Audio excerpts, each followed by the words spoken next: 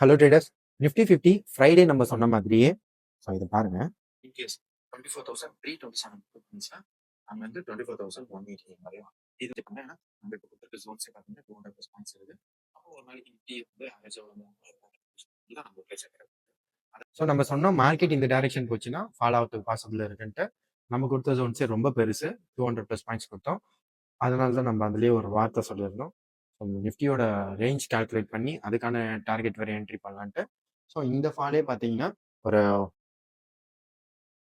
150+ points வரையும் இன்னைக்கு follow இருக்கு. ஸோ ஆவரேஜாக நிஃப்டி 50 ஒரு நாளைக்கு அவ்வளோ தான் ஃபாலோ ஆகும். அங்கேருந்து அகெயின் நம்மளுக்கு பை கன்ஃபார்ம் பண்ணுது. பை கன்ஃபார்ம் பண்ணி இன்னைக்கு எங்க F3 ஸ்ட்ராட்டஜி படிச்சவங்களுக்கு தெரியும், ரெண்டு சைடுமே இன்னைக்கு ஹியூஜ் ப்ராஃபிட். செல் சைடு நல்ல ப்ராஃபிட் கிடைச்சது, பை சைடும் நல்ல ப்ராஃபிட் கிடைச்சிருக்கு.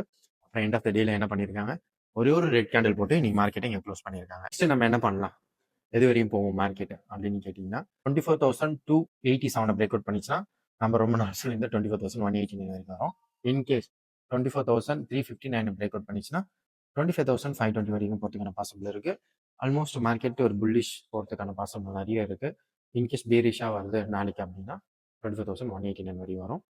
ஸோ பர்ஃபெக்ட் லெவல்ஸ் தெரியணும்னா லெவல்ஸ்னு கமெண்ட் பண்ணுங்க. இந்த மாதிரி டெய்லி மார்க்கெட் லெவல்ஸ் பற்றி தெரிஞ்சுன்னா எங்க பேஜை ஃபாலோ பண்ணிக்கோங்க. எங்களோட F3 ஸ்ட்ராட்டஜியை நீங்கள் லேர்ன் பண்ணணும்னா எங்களுக்கு டிஎம் பண்ணுங்க.